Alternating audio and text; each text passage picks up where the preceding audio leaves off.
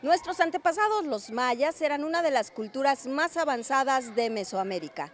Los hallazgos arqueológicos realizados a la fecha nos hablan de sofisticados conocimientos en arte, en matemáticas, en astronomía y en arquitectura.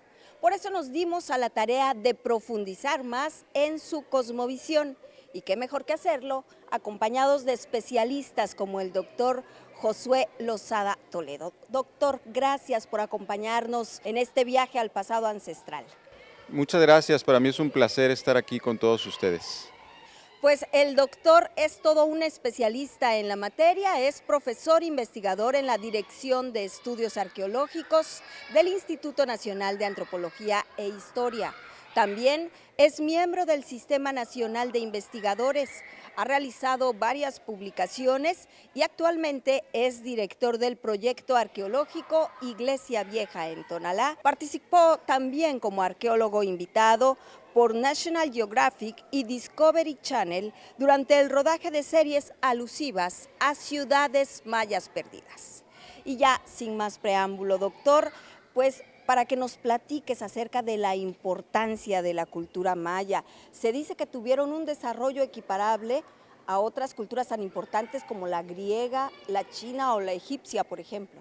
Sí, totalmente. Bueno, la cultura maya es una de las culturas más representativas de Mesoamérica.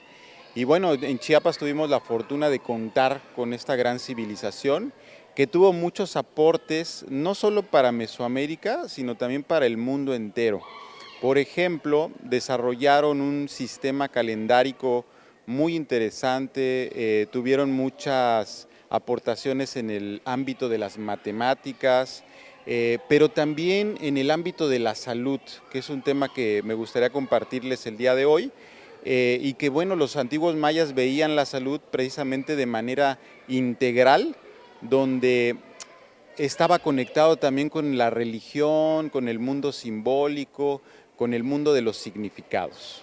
¿Cuál de estas prácticas que desarrollaron los mayas en materia de salud, por ejemplo, y también en materia estética, porque tenían una fineza también muy llamativa? Entonces, ¿cuáles de estas prácticas en el cuerpo humano crees tú que son las más elocuentes? Pues yo creo que hay varias prácticas que realizaban los mayas, por ejemplo, desde el tatuaje era utilizado también por los antiguos mayas, las escarificaciones que ellos se hacían también en la piel, en el rostro, era una manera también estética con la cual ellos pues se iban identificando, se iban adquiriendo una determinada identidad. Además del tatuaje y la escarificación, existen otro tipo de modificaciones corporales. Una de ellas es muy interesante y que tiene que ver con el modelado cefálico. Es decir, ellos de manera intencional se modificaban el cráneo por fines no solamente estéticos, sino también por fines religiosos y por fines simbólicos. En este centro INA Chiapas contamos con el laboratorio de bioantropología. Es un laboratorio en el cual han participado muchos investigadores, entre ellos también investigadores chiapanecos como el antropólogo físico Javier Montes de Paz, y el día de hoy pues le estamos dando continuidad a esos trabajos, estamos desarrollando pues una serie de investigaciones que me gustaría compartirles el día de hoy. Pues, ¿qué les parece, amigas, amigos, si vamos a conocer el laboratorio de bioantropología del Centro INA Chiapas?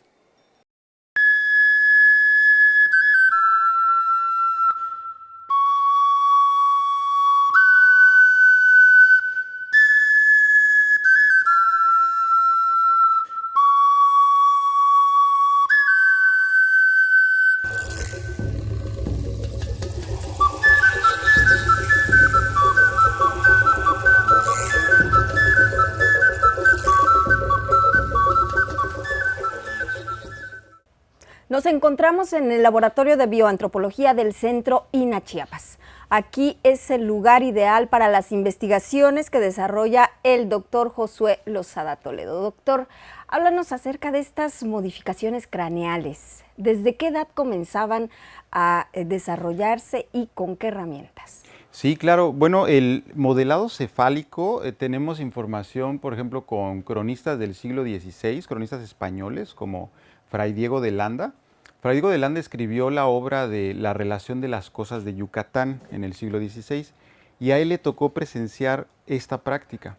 Entonces es muy interesante porque él nos dice que a los 3 o 4 días de nacida la persona, era el momento en el cual se le practicaba este tipo de modelado cefálico, lo cual coincide con las hipótesis en torno a que este tipo de práctica se realizaba durante la primera infancia, es decir, durante los primeros 6 años de vida de la persona. Es el momento adecuado porque el cráneo todavía está flexible y es posible entonces colocarle pues tablas para lograr un modelado, ¿no? que era el que practicaban los antiguos mayas. Entonces esta práctica se podía realizar durante los primeros días, incluso los primeros meses de vida, pero siempre en el intervalo, digamos, de los primeros 6 años, sería como lo más adecuado. ¿Pero tenía algún significado o algún simbolismo o era una cuestión meramente estética? Sí, esa pregunta es muy interesante porque generalmente se pensaba que era una cuestión solamente estética. Y sí, no se descarta esa posibilidad, ¿no? De que los antiguos mayas le atribuyeran, digamos, un símbolo de belleza a este tipo de prácticas.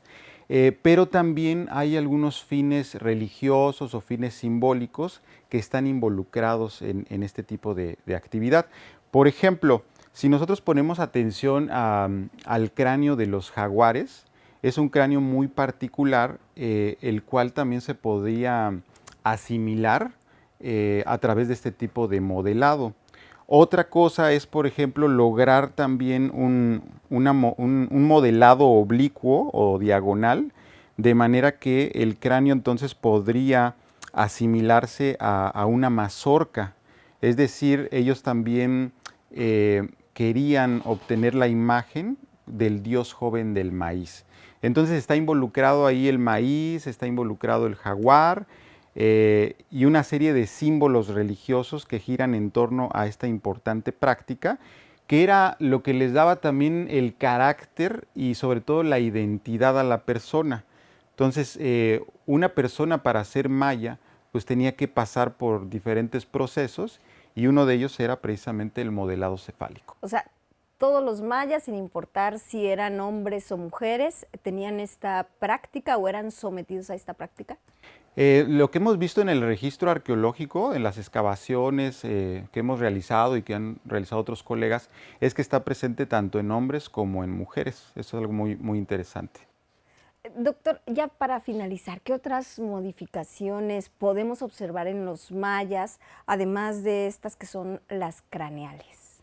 Además de este modelado cefálico o craneal, tenemos otro tipo de modificaciones o intervenciones directas sobre los huesos, sobre la persona, como puede ser, por ejemplo, la modificación dental, es decir, los mayas también se modificaban los dientes, se podían limar o se podían incrustar piedras preciosas, pero también ellos practicaban la trepanación. Y la trepanación es una práctica también muy importante, es una práctica no solo que tiene que ver con la salud de la persona, sino también con el mundo de las entidades anímicas, con el mundo de las almas. Perfecto, pues en la siguiente entrega precisamente hablaremos acerca de las modificaciones dentales que practicaban los mayas.